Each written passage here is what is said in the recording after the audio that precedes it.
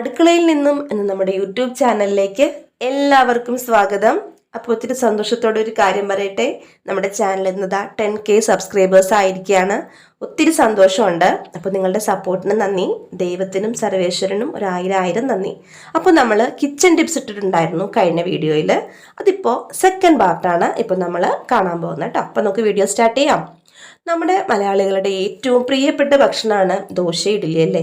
ദോശ ഇഡ്ഡലി ആഴ്ചയിൽ ഒരിക്കലെങ്കിലും കഴിക്കാത്ത മലയാളികൾ ഉണ്ടാവില്ല. അപ്പോൾ പെർഫെക്റ്റ് ആയിട്ട് നല്ല ടേസ്റ്റിൽ എങ്ങനെ ദോശ ഇഡ്ഡലി ബാറ്റർ ഉണ്ടാക്കാൻ നോക്കാം. ഇവിടെ ഞാൻ പച്ചരി എടുത്തിട്ടുണ്ട്, ഒരു 2.5 ഗ്ലാസ് പച്ചരി എടുത്തിട്ടുണ്ട്, 1 ഗ്ലാസ് ഉഴുന്നും എടുത്തിട്ടുണ്ട്. ഇവിടെ അതുപോലെ തന്നെ പച്ചരിക്ക് പകരം നമുക്ക് സാധാരണ അരിപ്പൊടി യൂസ് ചെയ്യാം. ടേസ്റ്റിന് വേണ്ടിയിട്ട് കുറച്ച് ഉലുവയും ഒരു നുള്ളു ജീരകവും, ഒരു നുള്ളട്ടോ ഒരു പിഞ്ച് ജീരകവും കൂടി ഇടാം. ഈ മൂന്നും കൂടി ഒന്നിച്ച് നമുക്ക് സോക്ക് ചെയ്യാൻ വെക്കാം. ഒരു 6 മണിക്കൂറെങ്കിലും കുറഞ്ഞത് നമ്മൾ സോക്ക് ചെയ്യാൻ വെക്കണം. 6 മണിക്കൂറിന് ശേഷം നമുക്കിത് നന്നായിട്ട് നല്ല വെണ്ണ പോലെ അരച്ചെടുക്കാം. ഉഴുന്ന് സെപ്പറേറ്റ് വെള്ളത്തിലിട്ടിട്ട് ആ വെള്ളം കൊണ്ട് അരച്ചെടുക്കുകയാണെങ്കിൽ കുറച്ചും കൂടി നല്ല ഫ്ലഫി ആയിരിക്കും കേട്ടോ. ഇവിടെ ഞാൻ എല്ലാം കൂടി ഒന്നിച്ചാണ് അരച്ചെടുത്തത്.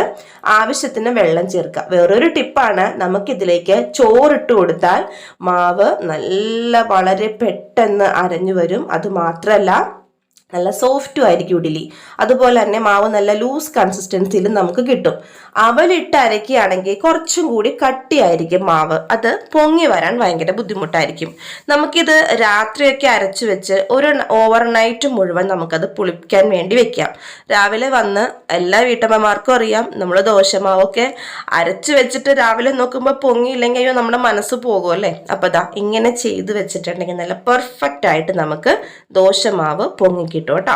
അപ്പോൾ ഉഴുന്ന്, പച്ചരി, കുറച്ച് ഉലുവ, ഒരു പിഞ്ച് ജീരകം, ഒരു 1/4 കപ്പ് ചോറ്, ഇത്രയും സംഗതികൾ ചേർത്ത് അരച്ചിട്ടുണ്ടെങ്കിൽ നല്ല ഇടിവെട്ട് ദോശമാവ് നമുക്ക് കിട്ടും കേട്ടോ.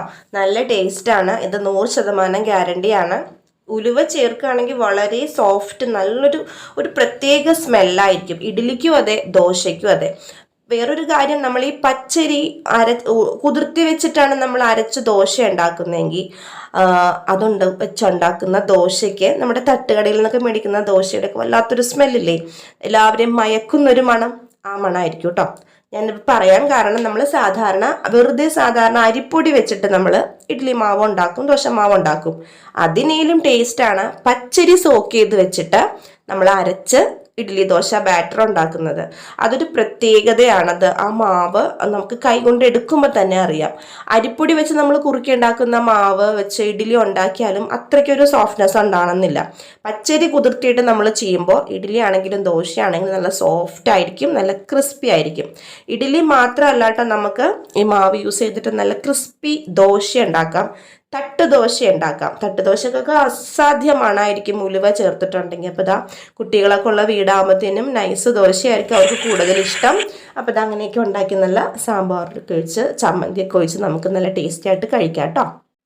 അടുത്തതായിട്ട് നമുക്ക് ഇഞ്ചി വെളുത്തുള്ളി പേസ്റ്റ് എങ്ങനെ ഉണ്ടാക്കാമെന്നും അതെങ്ങനെ ഒത്തിരി നാൾ കേടുകൂടാതെ നമുക്ക് സൂക്ഷിക്കാമെന്നും നോക്കാം. ഞാനിവിടെ ഇഞ്ചിയും വെളുത്തുള്ളി എടുത്തിട്ടുണ്ട്. വെളുത്തുള്ളി എടുത്തതിൻ്റെ 1/3 ഭാഗം മാത്രമേ ഇഞ്ചി എടുത്തിട്ടുള്ളൂ. ഓരോരുത്തരുടെ ഇഷ്ടമാണ്, ഫ്ലേവർ അനുസരിച്ചിട്ടാണ്. ഒരേ അളവിൽ വേണമെങ്കിൽ നമുക്ക് ഇഞ്ചിയും വെളുത്തുള്ളി എടുക്കാം. ഇവിടെ ഇപ്പോൾ വെളുത്തുള്ളിയുടെ ഒരു ഫ്ലേവറാണ് കുറച്ചും കൂടി ഇഷ്ടം. അപ്പോൾ അതുകൊണ്ട് ഞാൻ വെളുത്തുള്ളിയാണ് അധികം എടുത്തിട്ടുള്ളത്. കുറച്ച് വെള്ളം ഒഴിച്ച് നല്ല ഫൈൻ പേസ്റ്റായിട്ട് അരച്ചെടുക്കാം. വെള്ളം ഒഴിക്കുന്നതിന് പകരം അതിലേക്ക് സൺഫ്ലവർ ഓയിൽ ഒഴിക്കുന്നത് ഒരു ടിപ്പ് തന്നെയാണ്.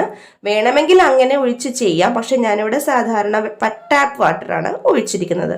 ഞാനിതൊരു പ്ലാസ്റ്റിക് കണ്ടെയ്നറിലേക്ക് ഒഴിച്ച് വെക്കുകയാണ്. ഈ പേസ്റ്റ് ഒഴിച്ച ശേഷം നന്നായിട്ട് ഇത് സ്പ്രെഡ് ചെയ്ത് പരത്തി കൊടുക്കും.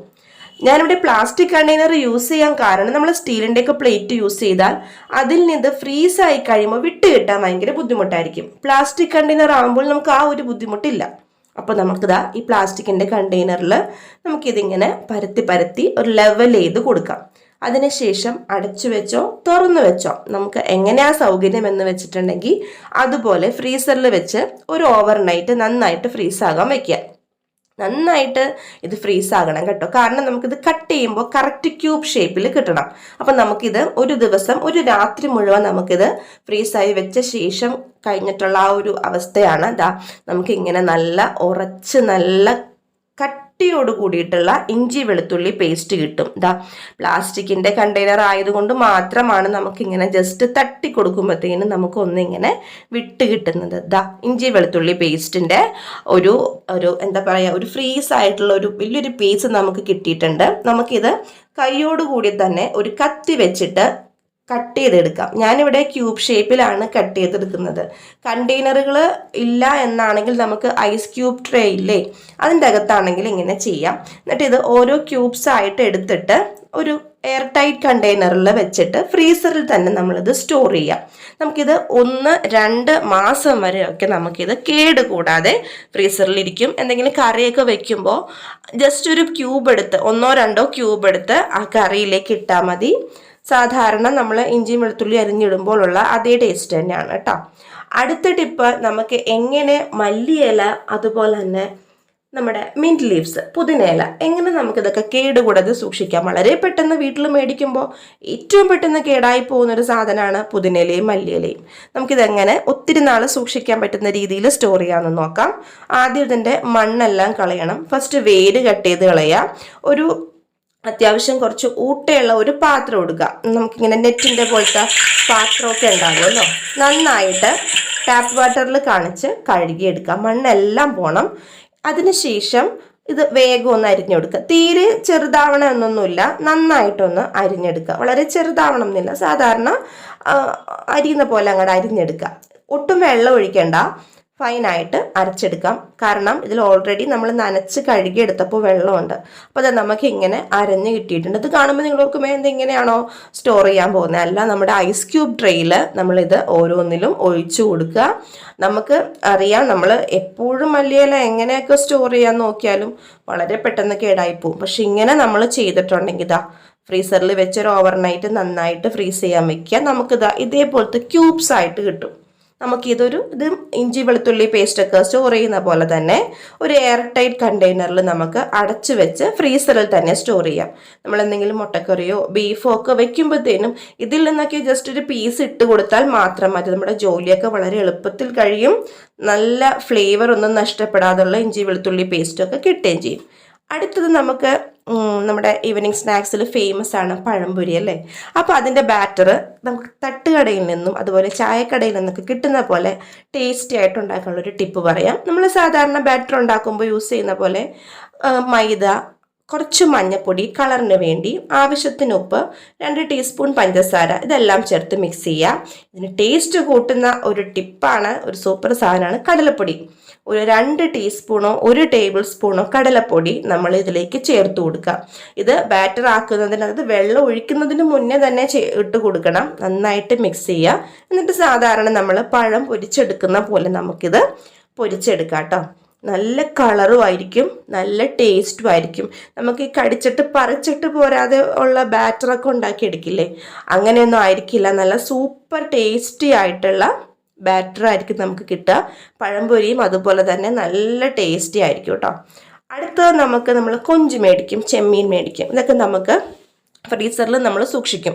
പക്ഷേ ഒത്തിരി എന്തളവിൽ നമുക്ക് പെട്ടെന്ന് നമുക്ക് എടുക്കാന്നിട്ട് നമുക്കൊരു ഇതുണ്ടാവില്ല. നമ്മൾ അങ്ങോട്ട് ഫ്രീസറിൽ കൊണ്ടുപോയി വെച്ച് ഒന്നിച്ചാൽ വെക്കുന്നെങ്കിൽ നമുക്ക് വിടിയിച്ചെടുക്കാൻ ഭയങ്കര ബുദ്ധിമുട്ടായിരിക്കും. അപ്പോൾ നമ്മൾ ചെമ്മീൻ ഇങ്ങനെ ക്ലീൻ ആക്കി അതിൻ്റെ തലവശത്തുള്ളൊരു കറുപ്പ് ചെറിയൊരു ഞരമ്പ് പോലത്തെ ഒരു സാധനമൊക്കെ ഉണ്ട്, അതൊക്കെ കളഞ്ഞ ശേഷം ഇതേപോലുള്ള കൊച്ചു കൊച്ചു കണ്ടെയ്നറുകളിൽ നമുക്കിത് അടച്ചു വയ്ക്കാം.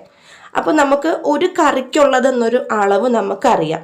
അപ്പോൾ ആ ഒരളവിൽ നമ്മൾ ഓരോ ചെറിയ കുഞ്ഞു പാത്രങ്ങളൊക്കെ നമുക്ക് കിട്ടില്ലേ, അങ്ങനെയുള്ള പാത്രങ്ങളിൽ നമുക്കിത് ഫ്രിഡ്ജിൽ സ്റ്റോർ ചെയ്ത് വെക്കാം കേട്ടോ. അടുത്തൊരു ടിപ്പാണ്, അല്ലെങ്കിൽ ഒരു സ്റ്റോറേജിങ് ഐഡിയ ആണ്. ഇതിനു മുന്നേ ഒരു കാര്യം പറയട്ടെ, നമ്മൾ നാരങ്ങ വെള്ളം നമ്മുടെ എല്ലാവരുടെയും പ്രിയപ്പെട്ടതാണല്ലേ. അപ്പോൾ നമ്മൾ നാരങ്ങ പിഴിയുന്നതിന് മുന്നേ തന്നെ ആ വെള്ളത്തിലേക്ക് ഉപ്പാണെങ്കിലും പഞ്ചസാര ആണെങ്കിലും ഇടുക. നാരങ്ങ നീര് വീണ് കഴിഞ്ഞിട്ടുണ്ടെങ്കിൽ പഞ്ചസാര ആണെങ്കിലും ഉപ്പാണെങ്കിലും, ഉപ്പ് പിന്നെ ലയിക്കുമെന്ന് തോന്നുന്നു, പക്ഷെ പഞ്ചസാര ലയിക്കാൻ ബുദ്ധിമുട്ടാണ്.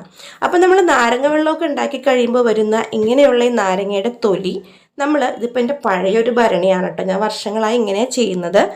അതിൻ്റെ അകത്തേക്ക് കുറച്ച് വിനാഗിരിയും ഉപ്പുവെള്ളവും ചേർത്തൊരു പച്ചമുളകും കുറച്ച് അരിഞ്ഞിടാം. അതിലേക്ക് നമ്മുടെ ഈ പിഴിഞ്ഞ നാരങ്ങയുടെ തൊണ്ട് നമ്മൾ ഇട്ടിട്ടുണ്ടെങ്കിൽ അവിടെ കേടുകൂടാതിരുന്നോളൂ. ഒരു ചമ്മന്തി അരയ്ക്കാനോ അല്ലെങ്കിൽ ഒരു അച്ചാറിടാനോ അങ്ങനെയൊക്കെ നമുക്ക് വേണമെങ്കിൽ നമുക്ക് ഇതിൽ നിന്ന് കുറച്ച് അധികമാകുമ്പോൾ എടുത്ത് നമുക്ക് ചെയ്യാം. കുട്ടികളുടെ കൈയൊന്നും എത്താത്തടത്ത് സ്റ്റോർ ചെയ്ത് വെക്കുക. അപ്പോൾ വീഡിയോസ് എല്ലാവർക്കും ഇഷ്ടമായെന്ന് കരുതുന്നു. താങ്ക്